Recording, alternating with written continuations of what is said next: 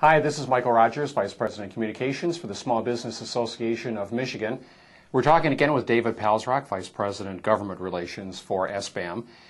David, we're recording this October 15th, Thursday.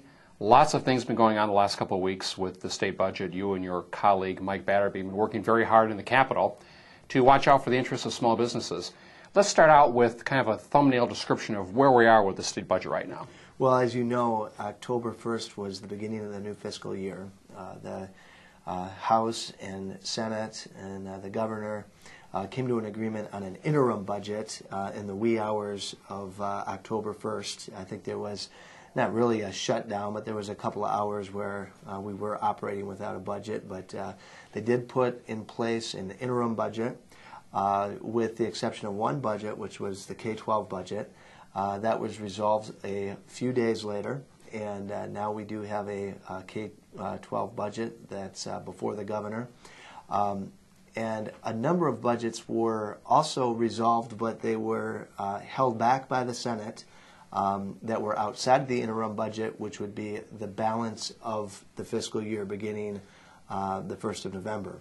I believe that those budgets will be sent to the governor either tomorrow or on Tuesday, and at which point she will have an opportunity either to line item veto those budgets, which are reflective of cuts that were agreed upon by the Speaker of the House and by Mike Bishop. We're hoping that the governor will sign those, given the financial problems the state is currently in, and that would get us a balanced budget for the remainder of the year. And so that's kind of where the budget stands. It sounds, Dave, from your remarks that you're feeling fairly positive about the direction of the budget negotiations from the standpoint of the small business community. We are, only in the sense that resolving the state's budget and not going to further revenues and taxes to meet the budget shortfall is certainly a positive development. I think that we would characterize ourselves as being somewhat nervous, given that the governor hasn't and was not a part of those agreements. So we're somewhat nervous on what the governor may do. She could line item veto the bills, and we could be at ground zero, in a sense, and facing another shutdown in the next 15 days here. We were also encouraged by some action in the Senate to address the MBT surcharge. There was action in the wee hours of the evening last week where the Senate put forth a plan to delay some credits and to get rid of some credits to address the MBT surcharge, which is obviously a very important issue for a lot of our members. That plan would phase out the surcharge over the next 3 years. And importantly, too, they addressed the alternative profits tax. There's a threshold to receive the alternative profits tax status, which they've increased that slightly, but importantly, too, they indexed it to the rate of inflation. So we were very thankful that at least the Senate Republicans, under the leadership of Mike Bishop, recognized that we need MBT relief if we're going to turn the state's economy around.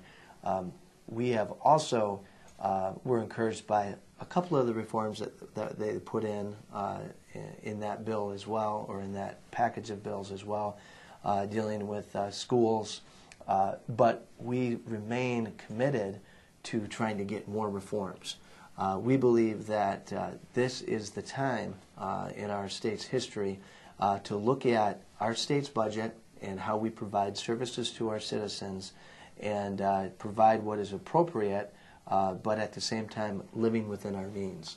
And that's, I think, a debate that we'll be having not only in the next 2 weeks, but in the next year, because as we look at the forecasting, the fiscal forecasting for next year, there's on the horizon a huge cliff. Again, revenue suffering. We're arguing you got to stimulate this economy by making some difficult decisions, like getting rid of the MBT surcharge, in order for companies to invest. And that's, the point was made the other day that we have the problem that we have is we don't have enough taxpayers. And part of getting enough taxpayers or more taxpayers is developing an economy where people want to invest in it. And we think that starts with eliminating the MBT surcharge. Well, Dave, lots of effort still needs to go into completing the budget before we're finished up here. Let's finish up this video by having you quickly tell our listeners what's important for small business owners to be telling their lawmakers right now. Well, I think the fundamental message that we ask business owners to pass along to lawmakers is the state, the public sector, should live within its means just like our families do and just like you do as small business people. Every single day, you're forced to make tough decisions to live within your means. Our government needs to do the same thing. So if you were going to send one message to your local legislator as a business owner, it would be live within your means. Dave Palsrok is Vice President, Government Relations for the Small Business Association of Michigan. Thanks a lot for joining us. I'm Michael Rogers, Vice President, Communications. We'll see you next time.